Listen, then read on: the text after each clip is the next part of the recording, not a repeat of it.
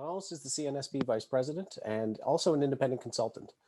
She does a lot for the CNSP, but the least that we could do is introduce her rather than have her introduce herself. So Laurence Lejeune, MSc, was a core facility manager for 10 years at the Lady Davis Institute and then at the Centre de Recherche de CHUM. During that time, she trained hundreds of HQP from diverse backgrounds in the fundamentals of cytometry with a focus on quality control and quantitative techniques. She gained industry experience as a sales specialist with Beckman Coulter, where she interacted with a broad research community within and outside the cytometry research field. She is currently an independent consultant providing uniquely tailored support for microscopy infrastructure and cytometry projects. She has corporate and academic clients across Montreal and Canada. She's a founding member of 2005 and past president from 2008 to 12 of the Canadian Cytometry and Microscopy Association, an organization which many of you know led to the formation of the CNSP. She's also founding member and vice president of the CNSP. She was the project manager on an NSERC-funded study titled Impact of Scientific Platforms on Research Success. This project led to the development of international recommendations on measuring imaging facility impact, developed and recently published in collaboration with Global Bioimaging. So accordingly, Laurence will be discussing international recommendations for measuring scientific platform impact.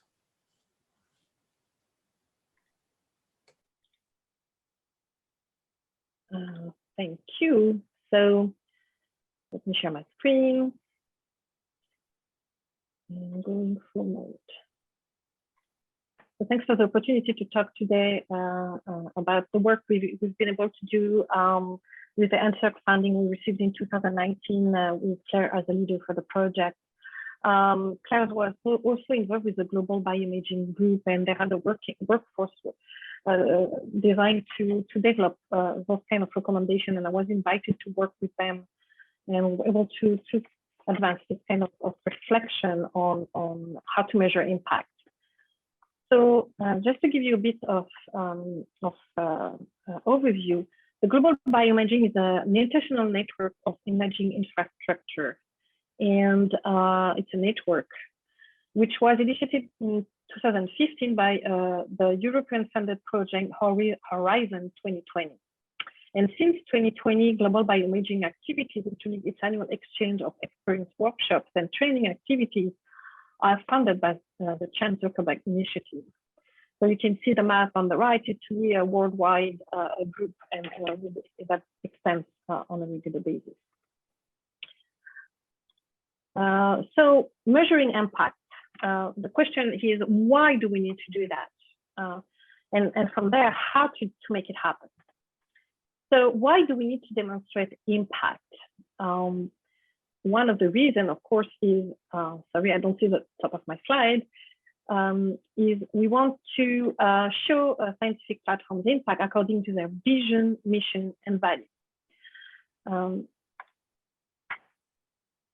So many of the things you can count don't count, and many of the things you can't count do count. So this is an Einstein quote that I found in a very nice book talking about science measurements. And I think it's really accurate to what we're trying to demonstrate today. Also, as mentioned earlier, we did a study of proxy and indirect measurements of ST impact with the NSERC-funded project I mentioned earlier. And it's quite difficult to really have a real idea of the impact of the platform for many, many reasons. We're not cited in publications. Lots of different metrics that are available out there do not necessarily work for us. Another point that is very important is we need to exist for funding agencies and policymakers. And in order to exist for them, we need to measure things. We need to be data-driven. So why? We need to drive decision according to what is important to us as a ST community. That point is very important because, especially in Europe, I've seen that there's a lot of push from funding agencies and the European Commission and organizations like that in order to justify those taxpayers' money used for scientific infrastructure, to justify how it's being used and that the use of that money was very efficient. So sometimes those frameworks might not apply for what you want. So it's very important to explain and to prove that what you need is a bit different than what has been proposed so far. Another point is that we cannot be measured with the same ruler than individual lab researchers. We simply don't have the same mission. And finally, we are very responsible toward the taxpayers to use public funds efficiently. And we need to really showcase that this is the case, and we need to show that to the public, because we need to keep that funding coming in order to continue to do science. So now, how do we measure impact? So we can use indicators, but indicators that we chose are tools that need to reflect the mission, vision, or values of that are specific to each scientific platform. Each platform might have a different mission, vision, different values. We need to be careful that the indicators selected are not used to compare airspeeds with each other, but to showcase impact and progress over time. So this is really the state of mind that we had when we developed those recommendations. The indicators must be accessories to the story, not the story itself. History of the facility is vision, mission, values. This is very important, as well as the life cycle state of the SP should be integral to the impact evaluation. In fact, the indicators that we can use, some would be quantitative, it can be data-driven, we could have numbers, but some will be qualitative. Other things that make it even more complicated. So we have lots of variations according to geographies, where we work in Quebec or the rest of Canada, Latin America and Europe. The constraints are very different, the funding models are very different, and the gaps are different. Also, there's a lot of variations according to technology disciplines, variations according to scope, whether you have a big or small scientific platform, is it local, national, international? And again, never forget the mission and success stories that I keep mentioning since the beginning, but we still need to document them because we know them in our facilities, but they need to go out there to make a case of the efficiency and the success that we can have. This is what the CNSP is trying to do. Now, if we talk about key performance indicators, we chose specifically that term because this is a common way to identify the indicators. And this is a common vocabulary within funding agency, policymakers, industry. This is a vocabulary that they use. So we need to use the same vocabulary, but we use them in slightly different ways. They're used to measure facility impact and progress or evolution over time within a given infrastructure. KPIs could be measured in an ongoing way and ideally annual. And KPIs are not meant to be used to compare facilities with each other, but to measure continuous improvement. And this is a very, very important point. So the methodology that we had is we always started from the need. So what do we need to showcase in our facility? What we think is important, so in that case for imaging facilities. And from there, we after extensive bibliographic research and readings and everything, we had a big list of indicators and an idea of the pros and cons, and pick and choose the one that fit that need, and then the other way around. So for the KPI aspect, we had three big areas that we wanted to showcase. One was the personal, the quality of the personal and the expertise, and the infrastructure itself, so the quality of the instrument, the uniqueness, etc. Another aspect that we wanted to showcase was the SP performance. Performance being the number of users, the satisfaction of the users, the quality of the training, etc. Another very important, and of course, publication and collaboration, citations is part of that performance measurement, but this is not all. In terms of financial performance, we wanted to look at if the facilities get some funding, whether direct or indirect, and the fee structure that has been put in place to recover the cost.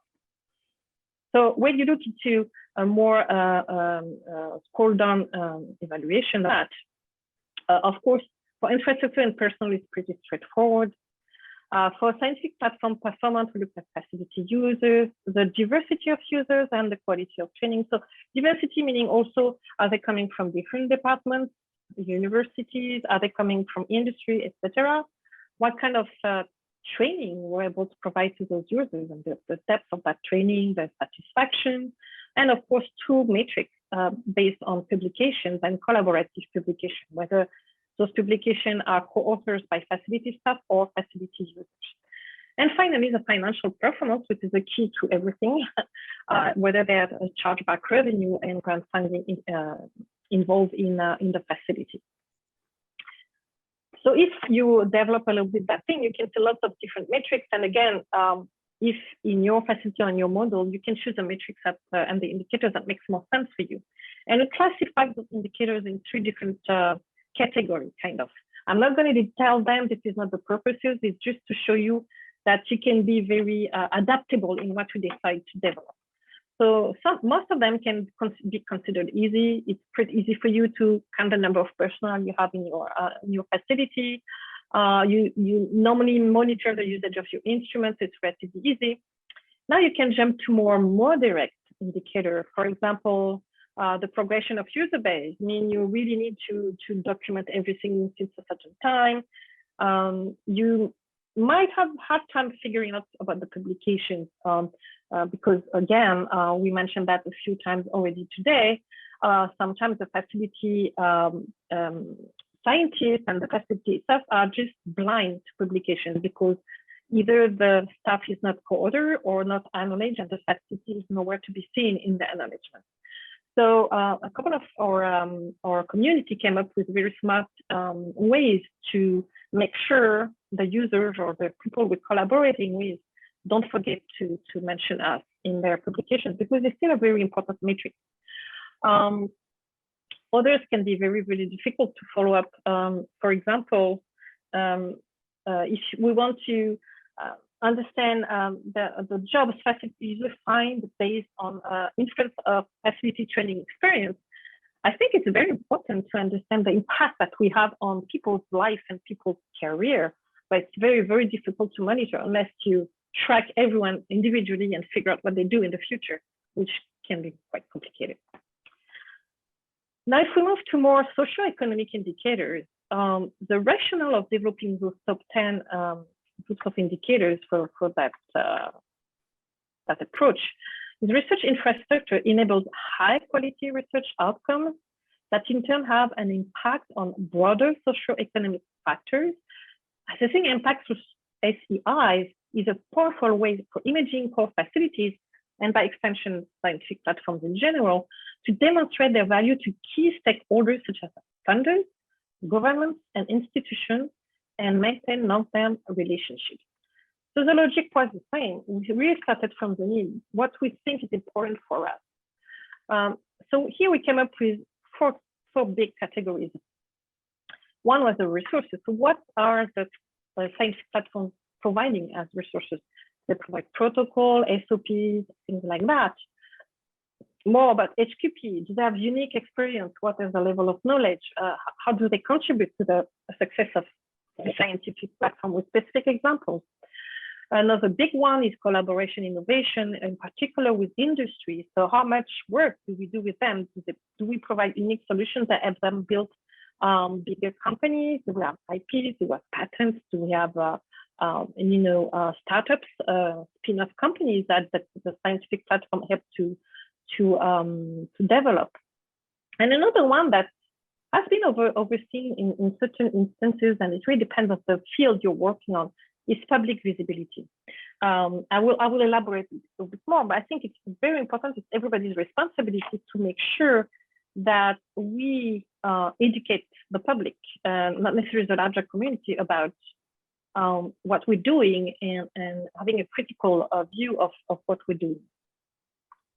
So if we were to go on the 10 factors that we thought were pretty important, and I would like for you to keep in mind the recent COVID-19 crisis in that light is and this is something I've been advocating for years, and it showed in the recent year and a half that this is major, that we need to have open data sharing structure, standards and quality management is very strong on scientific platforms. We provide lots of education resources for the larger community and also provided expert advice to support public policies. Again, keep in mind COVID-19, open data, open journal was key. Lots of standards were distributed across CNSP to explain to people and to to make sure people work with the same standards of security in microscopy platform, in cytometry, and other technologies, etc., etc. Also, for highly qualified personnel, there's a lot of initiatives out there for public education for high school students and general public, showing the technology that we have in hand so that they can really understand physically, like they see the instrumentation and the infrastructure. There's a lot of things being done by imaging scientists that are very impressive, and also indirect or direct job creation deriving from that. And we all know that lots of very talented scientific platform scientists might be recruited by industry, and the same is for our top users and the one that can develop a very high skills in some technologies. And finally, collaboration and innovation, depending on the field you're at, is pretty high on your scale, or maybe a bit lower. But if we want to talk about innovation, if we want to talk about patents and IP, there's a strong collaboration possibilities with ASPs in Magic Platform as well. Mostly because we work with high standards. We know a lot about being reproducible, and this is something industry really likes a lot. Plus, we can provide tailored solutions for them. And finally, public visibility in the media is something we consider important, so that if we want to exist in the public eye, we need to showcase what we're doing. So again, I'm not going to go into the details, but the same classification can come up with factors and indicators that are easy to measure, some moderate and some difficult. So again, for example, it's very easy for you to explain that you do standard operating procedures and you have certain certification, like for example, ISO. Again, it's not shown on publications, but it's something that has a lot of impact. You can produce protocols, training guides, educational materials, etc., etc. But the open data is a bit more difficult.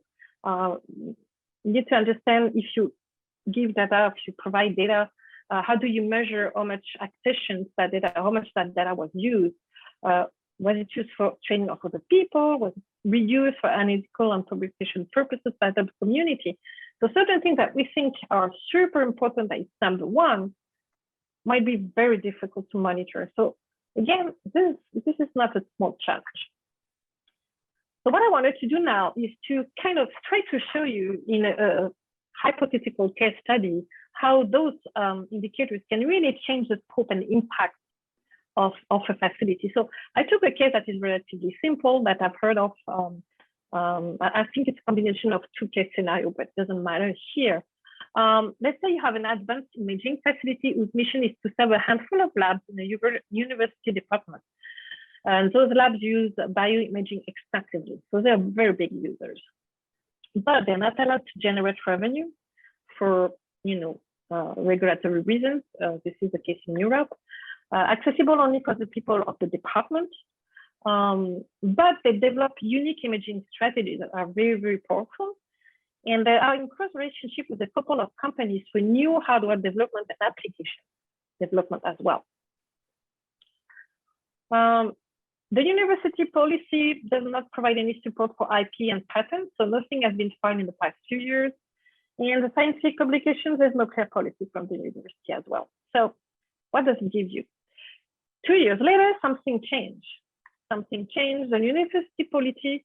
Now you have someone dedicated to work with IP and patents between the SP and companies. You have lawyers, you have legal department that can help with that. And also there's now a clear policy for co-authorship and acknowledgement clearly in place and enforced, in particular with ARID. And we talked about that in the past few days.